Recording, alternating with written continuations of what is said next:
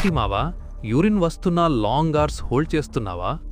అయితే నువ్వు just hold చేయడం లేదు మావా, నీ బ్లాడర్ని ఎఫెక్ట్ చేస్తున్నావు. ఎందుకంటే బ్లాడర్ ఒక మజిల్. రిపీటెడ్గా స్ట్రెచ్ అవ్వడం వల్ల అది స్లోగా వీక్ అవుతుంది.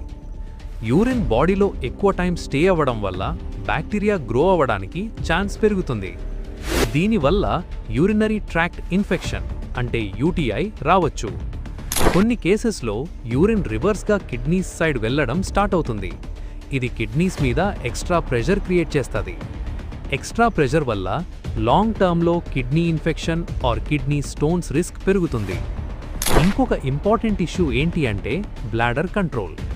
మనం అర్జ్ వచ్చిన ప్రతిసారి ఇగ్నోర్ చేస్తే బ్రెయిన్ బ్లాడర్ కోఆర్డినేషన్ డిస్టర్బ్ అవుతుంది. ఫ్యూచర్లో అర్జ్ క్లియర్గా తెలియకపోవడం లేదా యూరిన్ కంప్లీట్గా ఎంప్టీ అవ్వకపోవడం జరగవచ్చు. అందుకే డాక్టర్స్ క్లియర్గా చెప్తారు, యూరిన్ అర్జ్ని అన్నెసెసరీగా డిలే చేయకండి. బాడీ సిగ్నల్ ఇచ్చినప్పుడు బాత్రూమ్కి వెళ్లడం వల్ల బ్లాడర్ మరియు కిడ్నీస్ హెల్త్ని ప్రొటెక్ట్ చేస్తుంది.